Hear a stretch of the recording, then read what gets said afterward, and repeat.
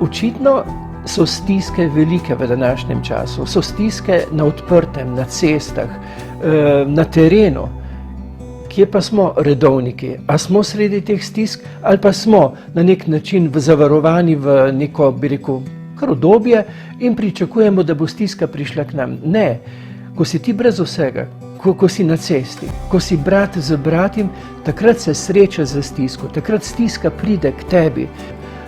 In zato sem praktično ne le izprosil, ampak izsilil tisto leto, da so mi dovolili živeti brez centa, po božji previdnosti. Ampak takrat to je bilo najbolj uspešno, najbolj zadovoljno, najbolj izpolnjeno leto, bom rekel kar najbolj resnično leto mojega redovniškega življenja. Takrat sem bil tam, kjer bi moral biti tudi sedaj, ampak žal nisem imel potem dovolj vere, dovolj poguma, dovolj zaupanja in sem se vrnil v zavarovanost.